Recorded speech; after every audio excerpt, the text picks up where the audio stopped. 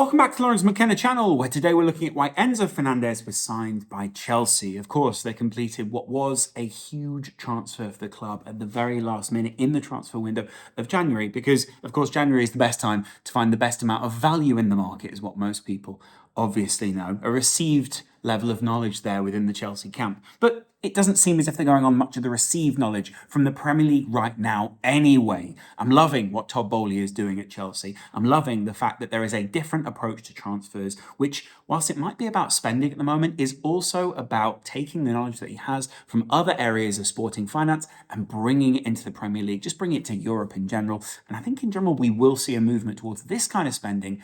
And what I mean by this kind of spending is you've got a longer term contract and also a longer term payment system for Chelsea to work out the kinks, should we say. So obviously Benfica receives some money, but over the long term, they are receiving the 106, 107, 100, however many million pounds stretched out. Enzo Fernandez has a longer contract. And so they can afford to have these players for a longer amount of time. They can tie them into contracts. Of course, those contracts can be upgraded and players will always be reassured. But the point is that there is always a position for Chelsea financially to spread out the cost of a big transfer. Let me take you into some of this. This is something a little bit different I'm going to try today. I've got some stuff up on the screen. Do you want to see? Yeah, exactly. This is a photo right here. Let me just show you the photo. Do you want to see the picture of it? That's him on his way to London in a private jet.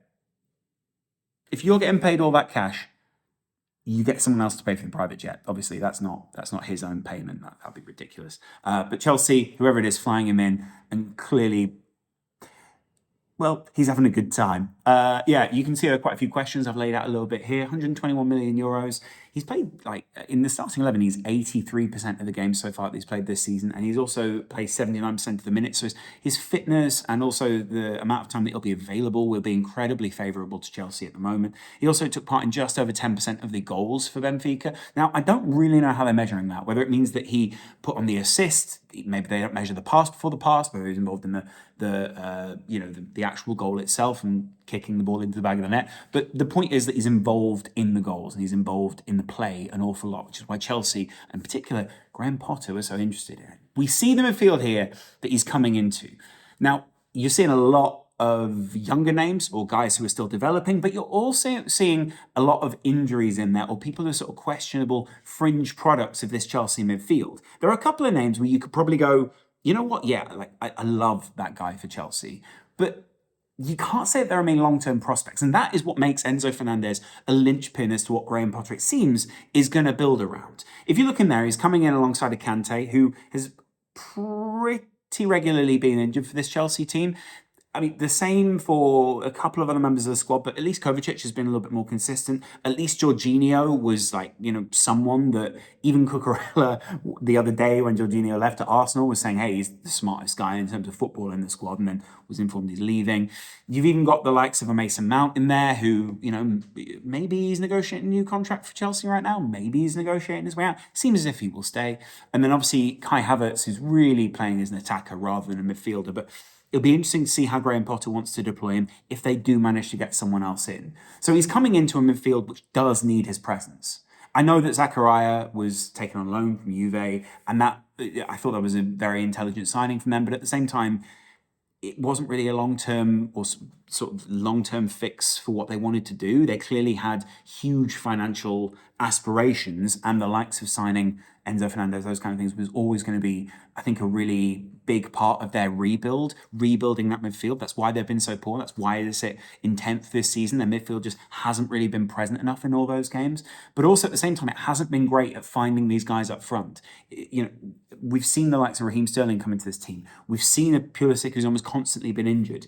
We've now seen Mudryk arrive, who seems incredibly exciting, but you have to get him in the right positions. You have to have a midfield that controls the game in order for that to be possible for him to prosper. And you can't just kind of rely on these guys to jink their way out of trouble. It has to be something that Chelsea are working on. And you know that Graham Potter, I get it, people say, oh, Graham Potter is the kind of guy who it takes some time for his tactics to be ingrained in the players. You know that Graham Potter is going to be frustrated by these kind of results so far. You also know that this spending is going to be something that the press will hold over his head for a while. Even if it is long, drawn-out spending, there are still big fees attached to a lot of these players. And so you're seeing where I'm going with this. They've also obviously got Christopher Nkunku coming in. You've obviously also got maybe someone else to go alongside Enzo next year, which is a Declan Rice, maybe a Caicedo, although it seems as if he was getting quite close to Arsenal. What we're saying is Enzo +1. And you can see, even in these last few games, I mean, look at the last Liverpool game. In the midfield, it was Jorginho and Hall at one point. There aren't really many options for them, considering they've got a lot of people injured right now. The closest in the last few games that I can see to what you would think is a replication of what the midfield that Graham Potter would want to deploy is this midfield here. They played against Fulham. That midfield lost. Zakaria came off, Kovacic came off, Mount as well. So obviously they need the presence of like an Enzo Fernandez in there, someone who can win the ball back, someone who is able to empower the players around him with some very intense play, which is going to empower the people around him to, when they win the ball back, get up the field very, very quickly. It also means that the attackers just ahead of him are always going to be primed when they do win it back. And similar to what we've seen from Graham Potter's sides in the past, which I'll take a look at in a second, they're going to be able to make shapes which get them around the opposition very quickly. They're going to play through the opposition at incredible speed and basically get the ball to those attackers as fast as they can. A la maybe an Argentina side. Go to that formation in just a second. You've then obviously got Jorginho leaving, so they don't have that like metronome type character, but he was also a maligned character at Chelsea. So I imagine they won't particularly feel the loss as a fan base, but there will be an interesting time where, maybe we're looking at Enzo Fernandez needing to bed in for a little while. He doesn't have the midfield pieces around him. There is the pressure to start and impress very quickly, obviously, because he's been signed for such a huge fee, but is that really fair on him? Are we going to Harry Maguire him? Does anyone want to get Harry Maguire nowadays? I'm going to be interested to see what kind of formation they play, because even if you look at this Chelsea team here that faced Crystal Palace, Conor Gallagher and Enzo Fernandez, it's very combative, and maybe like a Chukwuemeka. Ziyech could play as like one of those four that you seem to love Graham Potter playing. Maybe Mount is like one of those boxy four that, maybe a De Zerbi style, sort of let's make shapes and make sure that we keep possession.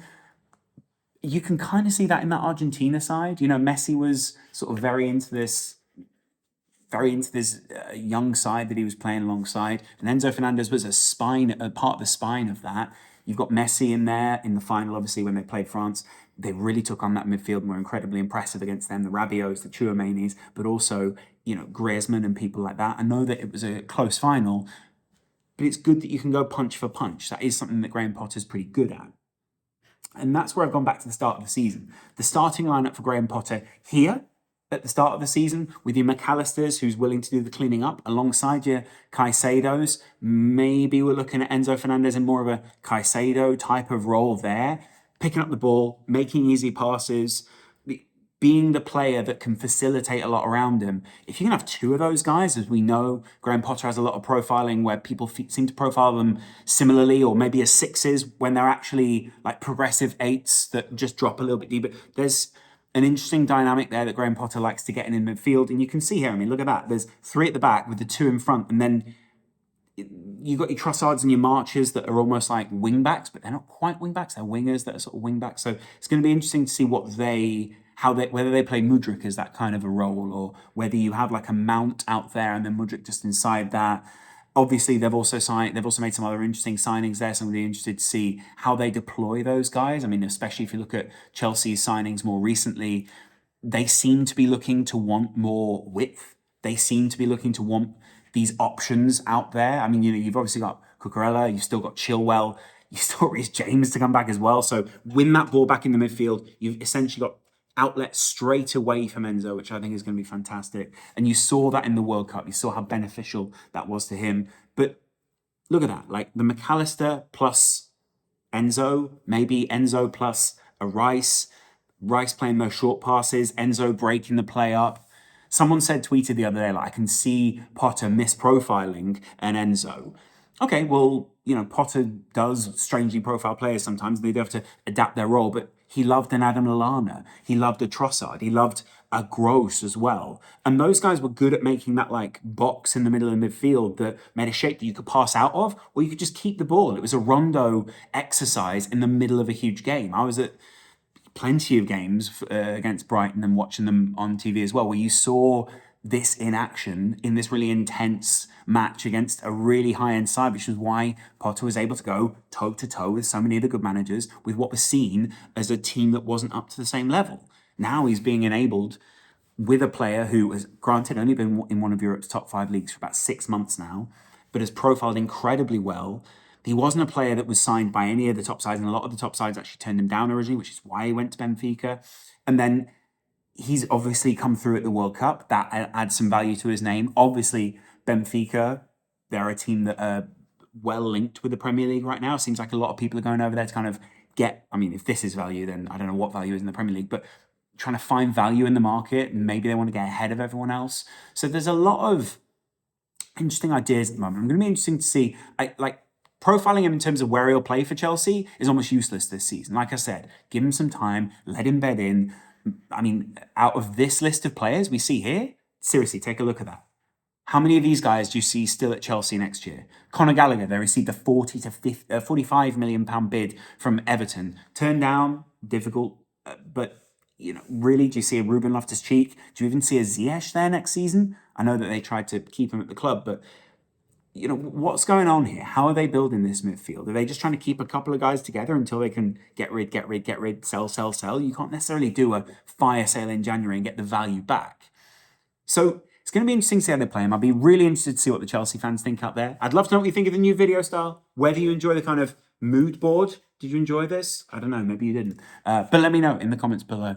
And we'll chat more about Enzo Fernandez, I'm sure, in the coming weeks as he plays for Chelsea. I'm really looking forward to seeing him in the Premier League. It's great that we've got these big stars, even if it is because there's just lots of money in the league. And in the past, we've complained about that. But apparently now it means a great transfer window.